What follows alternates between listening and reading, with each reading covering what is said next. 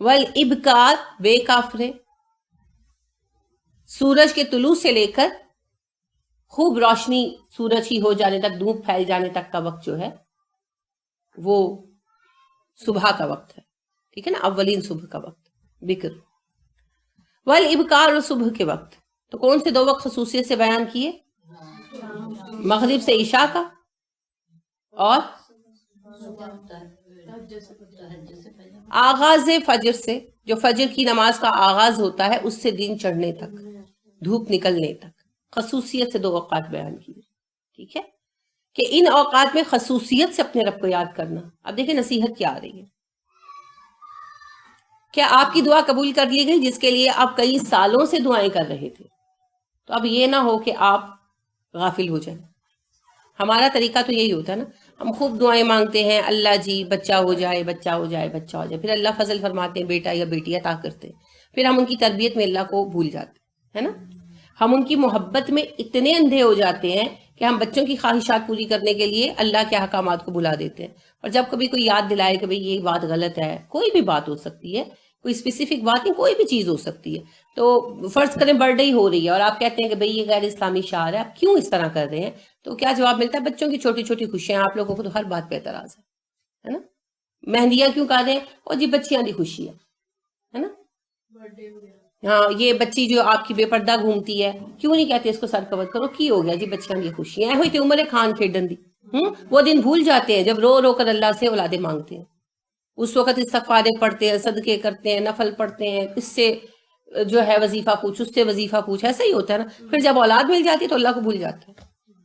اسی طرح آپ دیکھیے رشتے ڈھونڈتے ہوئے کیا ہوتا ہے، وظیفے پڑھتے ہیں، طرح طرح کے دعائیں پڑھتے ہیں، استخارے کرتے ہیں، پھر جب اللہ کے فضل سے رشتہ طے ہو جاتا ہے، جس دن رشتہ طے ہوتا ہے اس دن سے اللہ کی نافرمانی شروع، ہے نا، دکھاوا اور غیر اسلامی رسمیں، باجے گاجے، ناچ گانے، ہر چیز پوری کر کے چھوڑتے ہیں، ہے نا، اور پھر بعد میں جب مسائل ہوتے ہیں تو کہتے ہیں پتہ نہیں جی کیوں مسئلے ہو گئے، نظر لگ گئی کسی دی، ہے نا، یہ بھول جاتے ہیں کہ ہم نے خود شیاطین کو مسلط کیا اپنے اوپر، اپنے بچوں کے اوپر، اللہ کی نافرمانی ہوئی، اللہ نے نعمت دی اور وہ بچے والا حال، تحفے میں لگ گئے اور تحفہ دینے والے کو بھول گئے، پھر اللہ کہتے ہیں اچھا چلو اگر یہ خوشی میں مجھے یاد نہیں رکھتے تو مصیبت ڈالو پھر، ہے نا، پھر وہ بہویں جو ہیں وہ بلائیں بن جاتی ہیں، لڑائیاں شروع ہو جاتی ہیں، پھر رب یاد آتا ہے، پھر دوبارہ وظیفے ڈھونڈنے نکلتے ہیں، یہ اس وجہ سے ہوتا ہے۔ رسول اکرم صلی اللہ علیہ وسلم نے فرمایا تم اچھے وقت میں اپنے رب کو یاد رکھو، تمہاری تکلیف کے وقت میں اللہ تمہیں یاد رکھے گا، اصول اللہ نے خود دے دیا نا، فاذکرونی اذکرکم، تم مجھے یاد کرو گے تو میں تمہیں یاد کروں گا، اور یاد کرنے میں سب سے اہم ہے خوشی کے موقع پر یاد کرنا۔ تو حسن بصری علیہ رحمہ بڑی پیاری بات کہتے ہیں، وہ کہتے ہیں تم اللہ کو یاد کرتے ہو لیکن میں تمہیں بتاؤں کب یاد کیا کرو؟ جب سب غافل ہو،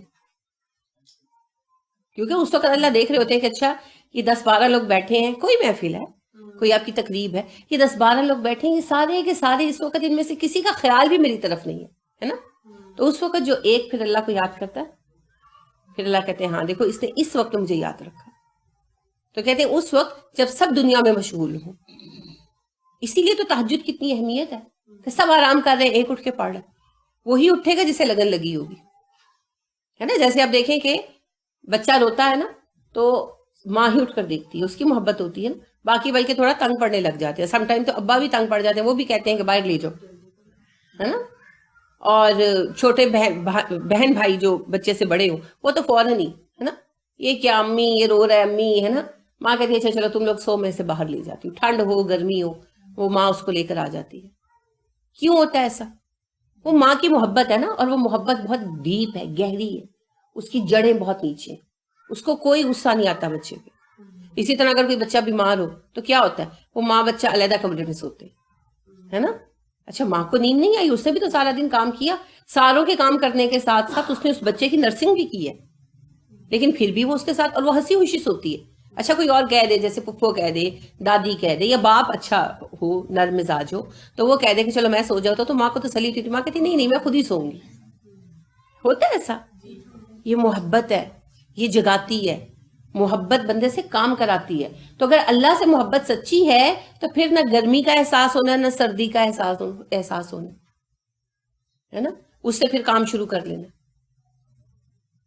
تو امام مالک بیان کرتے ہیں کہ زمانہ طالب علمی میں مدینہ میں ایک انسٹیٹیوٹ میں ہم لوگ پڑھتے تھے, تو ہمارا ایک ساتھی طالب علم تھا, تو ایک دن اس کی آنکھ فجر کے لیے نہیں کھلی, تو بعد میں ہم نے اس کو اٹھایا, تو نماز جا رہی تھی تو وہ بھاگا بھاگا باہر آیا, تو شدید سردی تھی اور سردی کی شدت سے زمین پر پانی جم گیا تھا گر کر, تو وہ ٹھنڈے ہی پانی سے وضو کرنے لگا جو بھر کے کسی چیز میں رکھا ہوا تھا, کنویں سے نکالتا تو گرم ہوتا.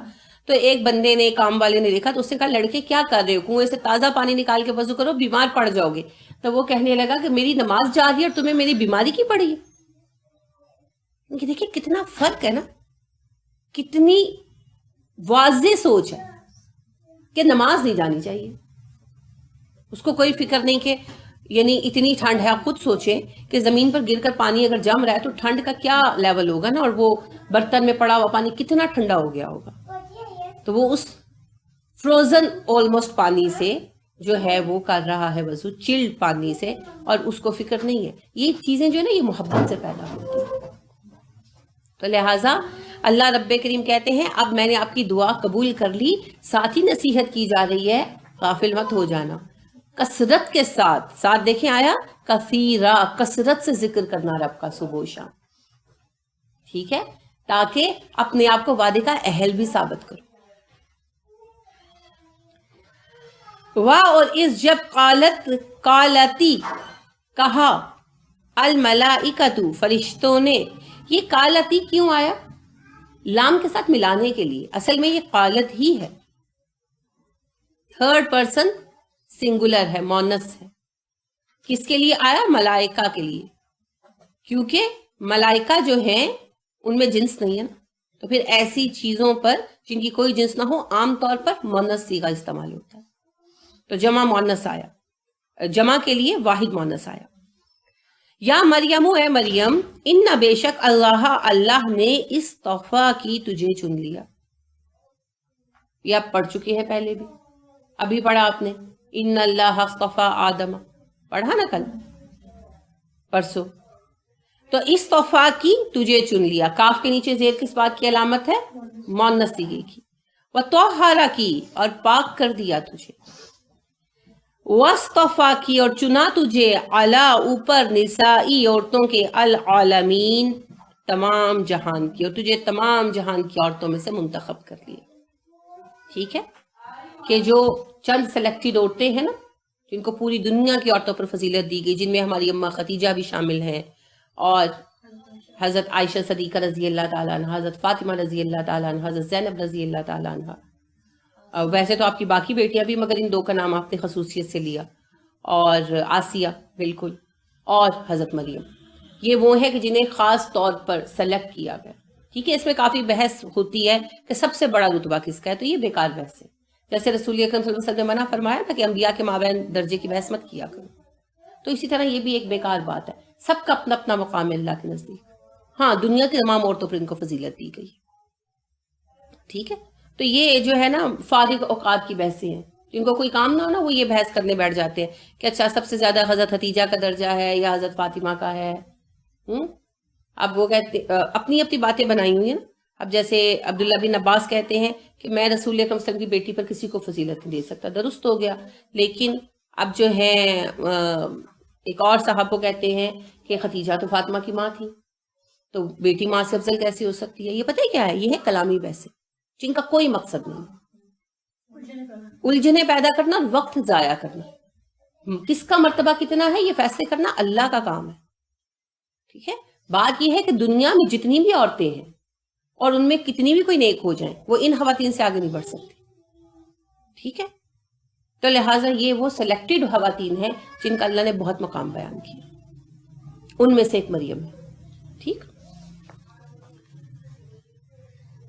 فرشتوں نے کہا مریم سے کہ مریم بے شک اللہ نے آپ کو چن لیا اور آپ کو پاک کیا اور آپ کو تمام دنیا کی عورتوں میں سے منتخب کر لیا. کس لیے منتخب کیا؟ ایک عظیم الشان ذمہ داری کے لیے. ٹھیک ہے, مقام تو ذمہ داری نبھانے کے بعد ملنا تھا نا, ابھی تو ایک آزمائش کے لیے چن لی گئی. تو آپ کو کیا پتا جس کام سے آپ گھبرا رہے ہیں وہ کام آپ کے لیے اللہ کی طرف سے دی گئی کوئی ڈیوٹی ہی ہو، ہے نا؟ یا مریم ہے مریم اقنوتی، تابع داری اختیار کر، قنوت سے ہے نا۔ قنوت کیا ہوتا ہے؟ تابع داری، اطاعت، عاجزی کے ساتھ کھڑے ہونا، جیسے آپ دعائے قنوت پڑھتے ہوئے کھڑے ہوتے ہیں، اور قیام کو بھی قنوت کہتے ہیں۔ رسول اکرم صلی اللہ علیہ وسلم سے پوچھا کہ نا سب سے اچھی نماز کون سی ہے؟ آپ صلی اللہ علیہ وسلم نے فرمایا جس کا قنوت طویل ہو۔ قنوت قیام، قیام کے لیے کہا قنوت، ہاتھ باندھ کر کھڑے ہونا، ٹھیک ہے؟ ربی کا، اپنے رب کی، طول القنوت کا لفظ آپ صلی اللہ علیہ وسلم نے استعمال کیا، طول القنوت جس کا قیام طویل ہو۔ تو ہاتھ باندھ کے جو کھڑے ہوتے ہیں نا ہم اللہ کے سامنے، یہ قنوت ہے، عاجزی کا اظہار۔ تو دعائے قنوت کو بھی قنوت اسی لیے کہتے ہیں کہ ہم اللہ کے ساتھ تابع داری اور عاجزی کا اظہار کرتے ہیں، ٹھیک ہے؟ ربی کا، اپنے رب کی، مریم اپنے رب کی تابع داری کرتی رہنا۔ سلیکٹ ہونے کا مطلب یہ نہیں کہ فراغت ہو گئی، اب تو کام اور بڑھ گیا۔ وَاسْجُدِي، اور سجدہ کر، یعنی مزید عبادت کرو، عبادت میں اور شدت پیدا کرو۔ جب کوئی سلیکٹ کر لیا جائے تو پھر اسے پہلے سے زیادہ کام کرنا پڑتا ہے۔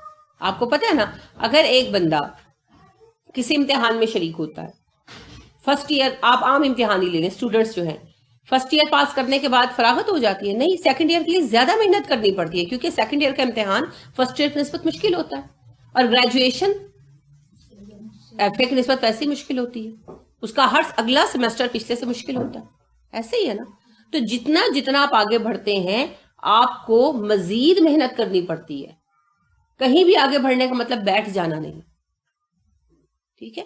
تو لہٰذا کہا گیا اسجدی، مزید سجدے کر، مزید عبادت کر، اور ارکعی، رکوع کر، مع الراکعین، رکوع کرنے والوں کے ساتھ۔ راکع کی جمع ہے نا راکعین، رکوع کرنے والے۔ مطلب کیا ہے؟ نماز اور زیادہ پڑھیے۔ جب آپ اللہ کا کام کرنا چاہیں تو نماز میں فرائض جو ہیں ان کو تعدیل کے ساتھ آسان طریقے سے ادا کرنے کی عادت ڈالیں، اور اس کے علاوہ کوشش کریں کہ نفل نماز پڑھ سکیں۔ تہجد پڑھ سکیں تو بہت اچھا، اگر فرض کریں تہجد نہیں پڑھ سکتے تو اشراق، چاشت، اور اس کے علاوہ بھی نفل نماز، تحیۃ الوضو وغیرہ۔ اور ویسے بھی جب وقت ملے، رسول اکرم صلی اللہ علیہ وسلم کو جب فراغت ملتی تھی کیا کرتے تھے؟ نماز پڑھنے کھڑے ہو جاتے تھے۔ تو ویسے بھی نماز پڑھے، اللہ سے گفتگو کرنے کی خواہش اور لالچ میں بھی۔ اور ایک اور اہم پوائنٹ، عورت بھی اگر دین کا کام کر رہی ہے، اللہ کہہ رہے ہیں ارکعی مع الراکعین۔ کیا مطلب ہے؟ جماعت سے نماز پڑھو، جماعت کی نماز کا اہتمام کرو، جتنا ہو سکے جماعت کی نماز کا اہتمام کرو۔ تو اگر زیادہ نہیں تو کم از کم جمعے کے لیے تو نکلے، ٹھیک ہے؟ کیونکہ ہر چیز کا اپنا ایک تقاضا ہوتا ہے نا۔ خود بھی ایک تو جب دین کا کام کرنے لگتے ہیں تو اپنے ریمائنڈرز ختم ہو جاتے ہیں، آپ ہر وقت لوگوں کو بتاتے رہتے ہیں، سننے کا وقت نہیں ملتا، آپ کے گرد ایک ہجوم ہو جاتا ہے نا، اس کا فون آ رہا ہے، وہ ملنے آ رہا ہے، وہ بات کر رہا ہے، آپ سب کے مسائل سنتے ہیں، ان کو جواب دیتے ہیں، مگر آپ کیا مسئلہ، آپ کی کمی، آپ کی خامی، وہ کوئی بھی نہیں بتاتا، لوگ صرف خوبیاں دیکھ رہے ہوتے ہیں، اور یہ سب سے زیادہ خطرناک مرحلہ ہوتا ہے۔ تو پھر کوئی جگہ ایسی بھی تو ہونی چاہیے جہاں جا کر ہم بھی اپنے آپ کو چھوٹا محسوس کریں، ذمہ دار محسوس کریں، جواب دہ محسوس کریں، کوئی ہمیں بھی بتائے، ہمیں بھی ریمائنڈرز دے۔ وہ ہے مسجد۔ جب آپ وہاں جاتے ہیں تو آپ کو پتا چلتا ہے کہ اتنی بڑی جماعت کے ایک حقیر سے بندے ہیں، کیونکہ حقیقتاً آپ چھوٹے پیمانے پر بھی کام کریں تو لوگ آپ کو آسمان پہ چڑھا رہے ہوتے ہیں، ہے نا۔ اب اس وقت اپنے آپ کو بندہ محسوس کرنے کے لیے نا ضروری ہے کوئی جگہ، اور وہ ہے مسجد۔ وہاں جب آپ جاتے ہیں، آپ لوگوں کا شوق، لوگوں کا ہجوم، لوگوں کی تعداد سب دیکھتے ہیں نا، تو پتہ چلتا ہے اتنی بڑی جماعت کا ہم تو ایک چھوٹا سا حصہ ہے، ہماری اوقات کیا ہے۔ اور ایسے ایسے نیک لوگ مسجد میں آپ دیکھتے ہیں نا، کئی لوگوں کا شوق عبادت کا دیکھتے ہیں، کبھی آپ دیکھتے ہیں کوئی جوان ہے جو شوق سے عبادت کر رہا ہے، کبھی آپ دیکھتے ہیں کوئی بوڑھا ہے شوق سے عبادت کر رہا ہے، کبھی آپ دیکھتے ہیں کوئی حاملہ عورت ہے اور وہ اپنے حمل کی تکلیف کے ساتھ بھی نماز پڑھنے کے لیے آئی ہوئی ہے۔ تو آپ کے اندر پھر آپ کہتے ہیں اچھا ایسے ایسے لوگ ہیں، ایسے ایسے لوگ ہیں، تو میں کیا اور میرا کام کیا، ہے نا۔ پھر جب خطبہ دیتے ہیں امام صاحب، ڈیلیور کرتے ہیں، تو پھر آپ کو بہت ساری چیزیں ریمائنڈ ہوتی ہیں، ہے نا، ریکال کرتے ہیں آپ کہ اچھا یہ بات یہ تو میرے ذہن سے ہی اتری ہوئی تھی، اچھا یہ دعا میں نے تو کب سے پڑھی نہیں ہے، اچھا یہ والی بات اوہو میں تو بھول گیا، میں تو فلاں کو یہ بات کہہ دی. پھر آپ کو اپنی کوتاہیاں بھی نظر آنے لگتی. ٹھیک ہے، تو اس لیے پھر دین کا کام کرنے والے کو دو چیزیں بہت ضروری ہیں. ایک کسی حد تک جماعت کا اہتمام کرنا، اور دوسرا تنہائی حاصل کرنا. تو تنہائی کے لیے پھر یا تہجد اور یا فجر ہے نا، کیونکہ ہم لوگوں کا بڑا مسئلہ یہ بنتا ہے ہمیں بیٹھ کر اپنے بارے میں سوچنے کا وقت نہیں ملتا. کیونکہ لوگ ظاہری بات ہے ان کے کچھ مسائل ہوتے ہیں، کچھ محبت ہوتی ہے، وہ ہر وقت آپ پر ہجوم کیے رہتے ہیں. اب اس کے اندر پھر نتیجہ کیا نکلتا ہے کہ ہم اپنے بارے میں سوچ نہیں پاتے، تو ہماری غلطیاں بھی پختہ ہوتی جاتی ہیں، کیونکہ وقت ہی نہیں ملتا نا. اور دوسرا کوئی غلطی پوائنٹ آؤٹ نہیں کرتا، یا تو محسوس ہی نہیں کرتے وہ غلطی کو غلطی نہیں سمجھتے، یا بعض اوقات کیا ہوتا ہے کہ لحاظ اور مروت کے بھی ٹیچر آپ کیا کہیں ہے نا. تو یہ بڑی خطرناک چیز ہے. باقی بہتر ہوتے جاتے ہیں.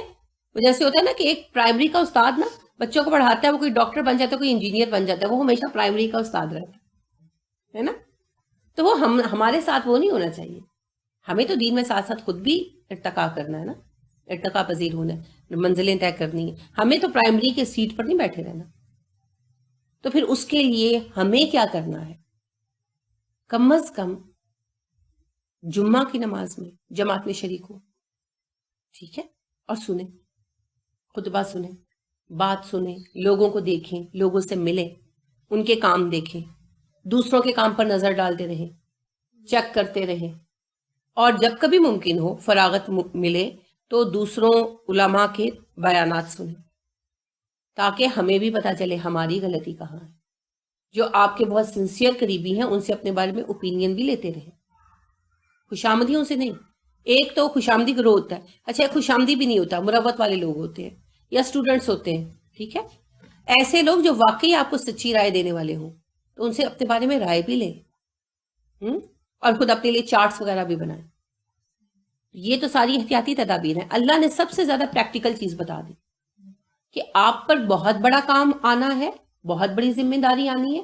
اس کا ایک اور پہلو پتہ ہے کیا ہے کہ جیسے ہی آپ دین کا کام شروع کرتے ہیں ملامت بھی شروع ہو جاتی ہوتی ہے نا، فوراً ملامت شروع ہو جاتی ہے.